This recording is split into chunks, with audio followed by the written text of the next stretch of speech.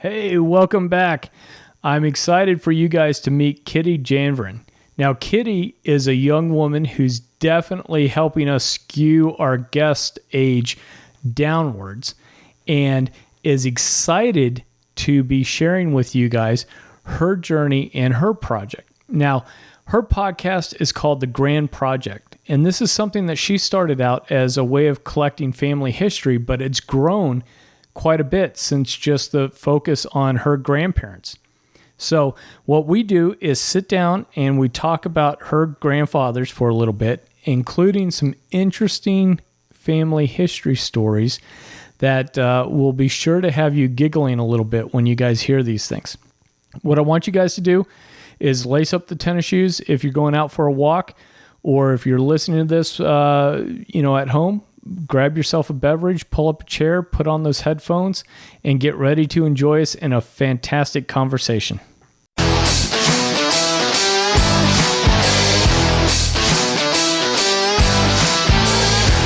Hello, and welcome to the Cool Grandpa Podcast. This is your host, Greg Payne, coming at you from Studio 12. This podcast is about being the best possible grandpa you can be, focusing on what it is to be a grandpa and how we can all share that experience together for our grandchildren. Kitty, thank you so much for being on the Cool Grandpa Podcast. This is really a treat and an honor to have you on here talking about grandparents and the role that grandparents have had in your life and in the projects that you've got going on centered around grandparents. Yes, I'm so excited to be here. So as we get started, what I'd love to do is have you introduce your grandfathers to us and talk a little bit about their backgrounds and their influence on you. Just kind of where that relationship is. Some people live, of course, next door to grandfathers, and some people are a couple of thousand miles away. So just give us introduce the grandfathers and then let us know a little bit about the relationships, and we'll go from there. Yeah, well, I've been very fortunate to know all of my grandparents into my adulthood, and 3 of them are still living, including my 2 grandfathers. So on my mom's side, we call him Doc. His name is Paul Owen, and he was always a big part of my life, always very playful with all of the grandkids. And he and my grandmother, they still live in my mom's hometown of North South Carolina. Yes, that is a real place. It's a very small town, as you can imagine. And growing up, I always loved to go down there to see them, of course. And also being in such a small town was very different from where I grew up. And so he has always just been a support system for me. And then on my dad's side, my grandpa, Bob Janvirn, he is much quieter, but also has always been part of my life. And we would go up there to see him and my grandma, and they live in the upstate of South Carolina. So I was very lucky to live in the same state as all of my grandparents. And now we're still not too far away from them, which makes for good weekend trips to go visit them and just kind of catch up with them. And I have to say, as I've grown up, it's really been something that I've been focusing on to call them more regularly, even if it's just for a brief hello. Because it's something that I did not prioritize when I was a teenager. I don't think many teenagers do. No. And, now that I kind of have a life of my own and am living in a different state, I just really don't want to miss these last few years with them. No, absolutely. That's fantastic. And it's great that you're that aware that, whether we like it or not, everybody has a little bit of a timer that we're working on. And so, you'd be amazed. And, I'm part of this as well, that, sometimes we're not always conscious of that, and we don't always take advantage as the grandchildren. I think a lot of times we view it as, grandpa and grandma will reach out and they'll, kind of carry the relationship. But right. But the phone works both ways, as my parents always said. Absolutely. Absolutely. So what were some of your earliest experiences with your grandfathers, as you're kind of in your elementary school years, let's say?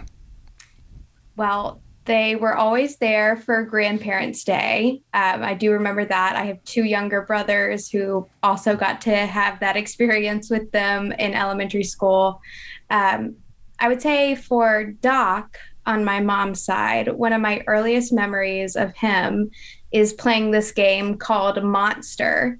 And anytime any of the grandkids would spend the night at their house, as you know, we were putting on pajamas and after we had brushed teeth and we were all trying to figure out who was sleeping where, Doc would say, let's play Monster. And basically, it was kind of like a form of hide and seek where he would become this monster and chase us around the house and we would scream and hide and yell. And we just thought it was one of the most fun things. And to this day, I mean, my cousins and I still talk about playing Monster with Doc when we were all very little. It's very fun. And, you know, he doesn't get around quite as well now, but I love that I have these memories of him from when he was younger, because now he's changed so much in his older years, but he still has that jovial, very playful side to him. And even though he doesn't physically embody it in the same way, it's just been really eye-opening, I think, for me to see those different stages of his life. And I know from his point of view to see all of the grandkids go through many different stages of life as well. Oh, that's fantastic. And, you know, it reminds me of this, I mean, I'm a Jimmy Buffett fan, right? And there's this line in one of his old songs that talks about growing older but not up.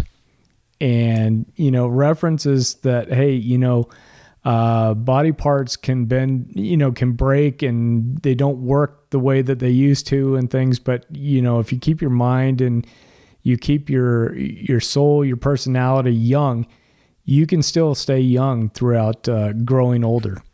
Exactly. Yes. And then on my dad's side, Grandpa, he has really kind of stayed very consistent throughout my whole life. He, you know, like I said, is kind of quiet, but he's very similar to my dad in that he really loves to do like anything technical. He's, you know, very intellectually minded. And so for him, you know, I always just remember going over to their house, and the basement of the house is kind of like his domain. And he just would have so many computer parts and, you know, things to show us. And I just think that he always loved watching us play around the house and, you know, make a mess, make a mess of things when we visited. As you were starting to grow up a little bit and maybe get into your middle school years, how did the relationship start to change or evolve? I think it wasn't something that I really thought about. You know, like I said, I was very lucky. I had a lot of friends, even as young children, who didn't know their grandparents. And I really took the relationship for granted for a lot of years. They were just people who were in my life and always had been there. And, you know, when you're young, you think they always will be there. And, you know, I enjoyed visiting, but I was never the one initiating the visit. You know, my parents were saying, kids, we're going to pack into the car and go see Grandma and Grandpa or Grandmommy and Doc. And I loved having them around for holidays and things, but really outside of that, didn't think about how to grow our relationship or what our relationship was really like until I was, you know, later in high school, in college, and really started thinking about this wonderful, rich family history and the fact that I had such a big family on both sides. And there was a lot there that I wanted to know more about, a lot of stories that I wanted to save and preserve and continue telling.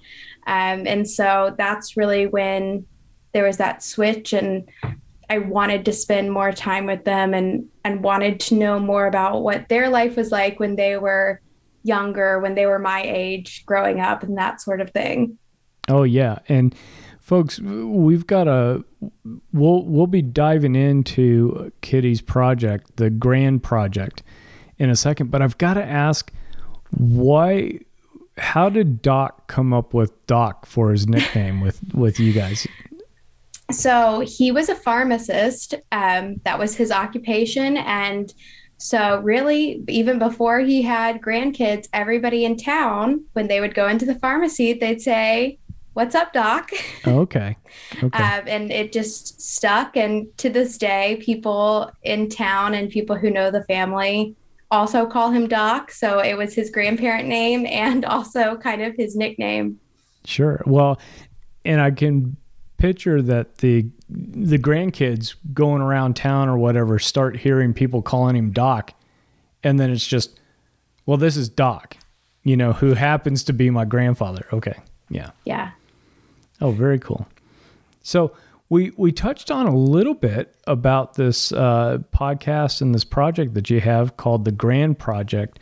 You want to talk us a little bit about how you got started with that? You mentioned it a little bit in terms of realizing that, hey, we don't have, all the time in the world with our grandparents, and taking on some responsibility yourself to capture stories and get to know your grandparents when they were your age and younger, and Right. making sure that's documented. But take us back about, what really started you on this project? Well, like I said, I got really interested in preserving these stories. And when I was in college, I was working on my senior honors college thesis, which ended up being on oral histories, about a very specific topic that has nothing really to do with grandparents, but it really got me thinking as I was working on it and as I was traveling and talking to people, this is what I need to do with my family members. I need to sit down with them and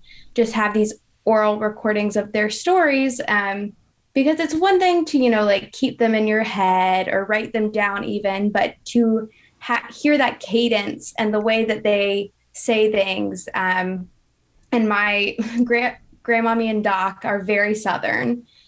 Doc grew up in Alabama in a very small town, so he has that Alabama drawl. And then Grandpa, he has a very unique Connecticut kind of accent, and the way he will say things is, I just really wanted to capture it on tape and have that forever, and that would really meant a lot to me. So I started making trips in college and after I graduated to visit them on my own, and would take my phone, or I had this tiny little recorder, and started just asking them questions. But of course,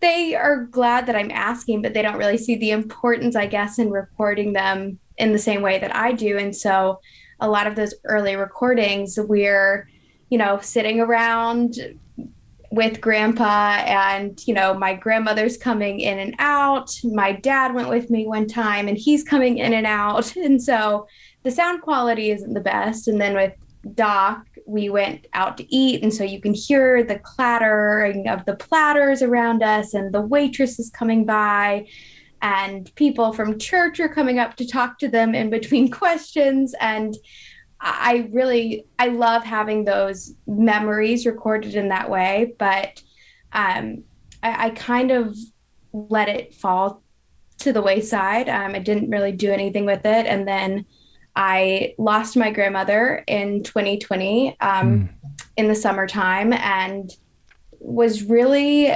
regretful that I didn't have more of her. And I had these 3 other grandparents, though, and I really wanted to have recordings that were easier to listen to and more pointed interviews with them, I guess, and really dig down into who they are and what they think of all the years that have gone by. And so I decided to really, invest in some equipment and learn to do a podcast. And I figured even if nobody listened to it, it would be something very special for me and my family to have.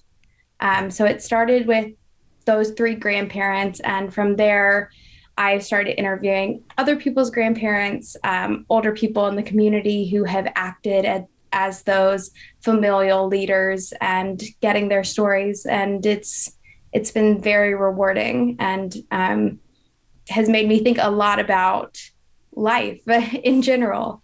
Sure. No, that's fantastic background, and what you're doing is great, because I know even as a kid, I remember the school assignments of go interview your grandmother or grandfather or whatever. It's sixth grade history project, right? Mm-hmm. And so that was all on cassette tape. I have no idea where that stuff is. And I think we're lucky in the sense that we're in more of a digital area or era. Absolutely. And so what we're capturing now for our podcasts and our projects, is something, and it's a format that can be moved to the next format that comes out. Pretty easy. It's on a, little, can't even say floppy. Oh my gosh. I'm aging myself, right? So it's, on the micro SD cards, or it's just on the hard drive of the laptop or the notepad, or, whatever the device is. And so it'll be great to be able to, as your kids and grandkids come in, you've got the voice of that person recorded. And it's amazing to hear what an impact that can be for somebody that's doing genealogy or reaching back into family history to go, oh, this is what that person sounded like. I think so much of your personality is conveyed through how you tell stories too. And I'm very glad to have that recorded for posterity and for when I'm long gone, if they have technology to process things, if our hard drives and things don't become like floppy disks and cassette tapes. Yep, absolutely. So how did you get your grandparents to start talking? Because I totally get the idea of, my life's not remarkable. It's not like I was the second person to step foot on the moon. I didn't break the sound barrier. I get it that people go, there was nothing extraordinary about my life. And yet every life is extraordinary. I think at first even now, they didn't really understand why I wanted to spend the time to do this. But I kind of posed it like, you don't, kind of like you were saying, you don't really understand how remarkable the things that you've experienced are until you kind of refocus them and recenter how you're looking at them and can see that they're relatable and you've done an extraordinary amount of things in your life, even little things. And like I said, my grandparents are Southern or my grandparents from my mom's side are Southern, and my dad's family moved from up north, and, their grandparents came over as immigrants from Eastern Europe. And so that seems so far removed from where we are in the modern day. And yet it's such a big part of their stories of their life. And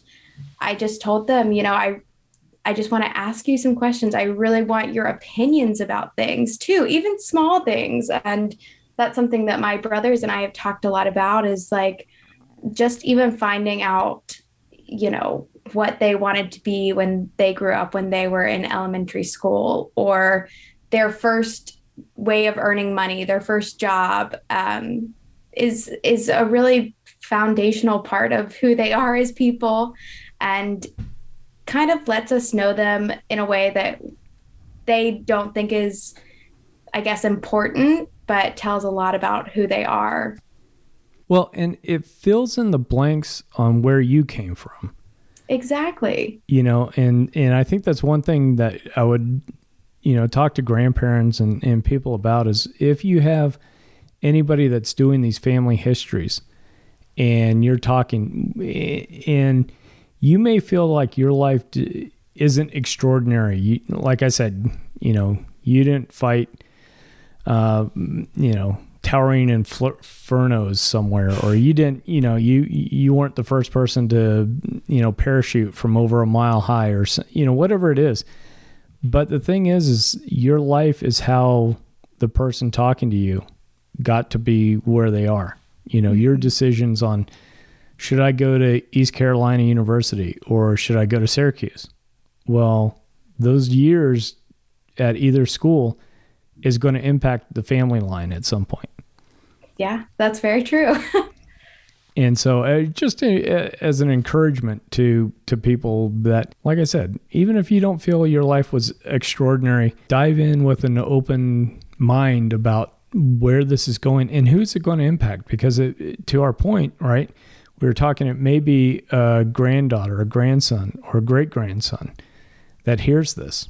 And so it's important to share those stories and get them recorded, because I can tell you people are asking me about my grandfather, and I've got a fairly good memory, but I'm pretty sure that some of the facts are more factual fiction than straight on facts. The impressions and everything are definitely there, but I might have gotten a few things wrong because I didn't have an oral history captured. Tell us what are a couple of good stories that you've had out of this project that you have going on? Oh, well, I think that one of my favorite stories, which I did know before I did the podcast, but it is one of my favorites to tell, just because it's weird and wacky about Doc, is when he had a twin brother, and they have lots of stories about the hijinks they got into as teenagers, as you can imagine. And one of the stories is that my grandfather asked this girl to go to the school dance with him, unaware that she was actually secretly married to his twin brother at the time. Nobody knew. They had eloped and, kept it very secret as seniors in high school. Wow. And she agreed to go to the dance with her secret husband's twin brother. Wow. Okay. Of course, it came out later that they had been married for a few months, but imagine Doc's surprise to find out that this girl he had been courting was already spoken for, so to speak. So it's just a weird bit of family history that sounds like it was written for a bad, Lifetime movie, but truth is stranger than fiction. Oh, yeah. And then I think hearing my grandparents' love stories, their actual love stories, has been really special to me, just because they're not very sentimental about it. But my grandmommy and Doc just celebrated this week their 65th wedding anniversary, which is a lifetime. And then Grandpa had been married to Grandma for years and years as well. So long marriages and lots of kids and grandkids in the mix. And just, I guess, I am growing up in this age of meeting people on dating apps and social media and that sort of thing. And so to hear how they met and how they decided to get married, oftentimes much quicker than I or my friends would, is very interesting to me, and just how they've made it work through so many challenges and so many years. Oh yeah, absolutely. And when they're sitting there and they're telling you these stories, how is that making you feel? I'd probably say the first 5 minutes are probably a little bit tough to get going, but then once they get going, and to your point, when they're revealing the true love stories, let's say, and what makes those marriages work, and what were some of the hard times, and how does that make you feel sitting there as the granddaughter? I don't think I get sentimental about it until it's over. And then it really kind of hits me that I'm just very fortunate to have this experience. And I have to say that now that I've interviewed other people for the podcast as well, it is so much more difficult to ask people that very well, like your grandfathers, the hard questions, and to ask them about the hard times, just because something about having that personal connection with them, and honestly that like blood tie to them, just makes overcoming the generational gap a lot harder in some ways, if that makes sense. And so it's easier for me to ask people who I don't know, I'm meeting for the first time, about some of the more difficult points in their life. And it's really, really not an easy ask of my grandparents. So that was something that kind of surprised me. There is that hurdle within the families of, we don't talk about that, or we don't bring that up, right? Right. And I forget what the saying is, something about sex and money, about not talking about them, but then it turns out like our parents had both or something, or it's one of these things that I've heard it a few times. I think it's a Southern saying, but definitely one of those like, hey, it's impolite to ask about some of these things. So I can definitely see where it's a challenge to get over those hurdles a little bit, to get to hey, what was it like to be turned down when you proposed to your first girlfriend? And she said no. It brings up some awkwardness within the family where it's like, oh, we don't talk about that. We don't go there. Well, and I think too, like on my mom's side, I lost a cousin when he was 9 years old. And, I feel like asking my grandparents, what was it like to lose a grandchild? It just brings up so much hurt. And it's almost like I don't want to reintroduce that pain this late in their lives, if that makes sense. Like, I want them to have as an enjoyable an experience as possible. I want our time together to be, largely positive and happy. And so I find that very difficult, but at the same time, it's stuff that I want to know, and things that I think other people who experience similar things would also want to know, to have more of that personal side of what it's like to go through a tragedy like that. Oh, absolutely. I think that's a fantastic thing to do. And for whatever my advice is worth, it's something where you probably bring it up without the microphones around and things, and just, hey, is it okay if I talk to you about this and bring this subject up, and how that will affect things? And to your point, hey, this may be a help for somebody else that may be going through the same thing, or just recently went through the same thing. So bring it up to them. And here's the thing is, you always catch it with, you can always say no to this request. Exactly. Yes. And then if it's too personal for them, that's up to them to say, no, I'd rather not talk about it or have it recorded, however that is. But like I said, the advice is free. So, put the money, put the worth on it for where the price is.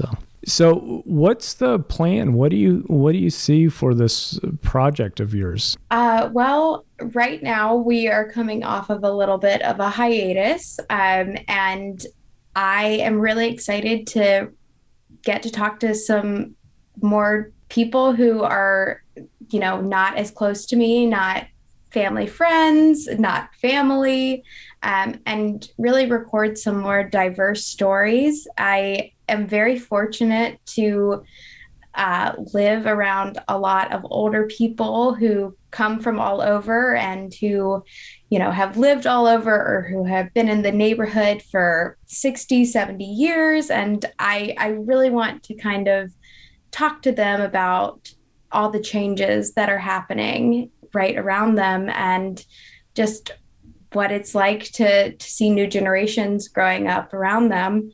And more than that, I think I know I am right now trying to transcribe all of the interviews I've done so far. And I really want to have the written transcriptions on our website as well, just to make accessing all of these stories as accessible as possible. And folks, that website is grandprojectpod.com. And I'll be sure to put the links to Kitty's project in the show notes. So again, that's grandprojectpod.com, and then check the show notes for the links as well. Well, that's fantastic, because I think this is just a great example of not being afraid to go in and have these conversations with older people. I think that's one of the things that when we're younger, we're caught up with what's going on right in front of us. And we don't always take the time to go talk to, whether it's grandparents or, I don't know, I don't want to say elderly, but older folks, right? And sometimes you find out that when everybody's going, oh, the country's going to hell in a handbasket. Well, if you ask them, they've been hearing that since 1930, and so it's one of those the more things change, the more they stay the same. It's just the scenery changes a little bit. But now, is this being tied back into any other graduate work or anything else that you're doing for history or graduate studies or anything?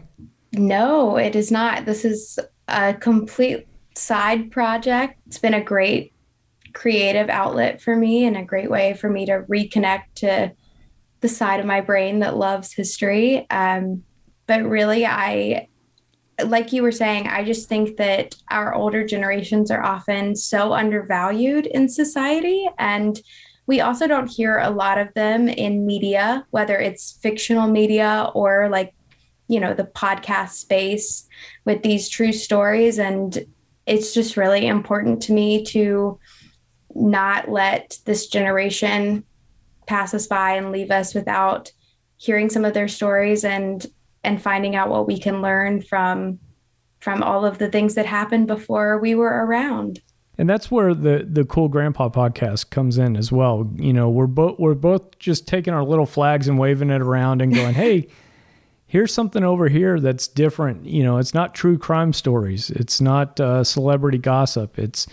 We're talking to folks that were around and have gone through, other periods of trials and tribulations. And, we're figuring out how relationships work and how grandfathers can impact the lives of their kids and, all sorts of things. And it's just kind of we're doing it our own way and waving our flag and saying, hey, grandpas and grandparents aren't just punchlines to jokes and aren't just sitting there waiting to get on a bus to go somewhere. It's one of those things that we do. And so that's awesome. Well, and you are definitely helping to skew the guest age group down.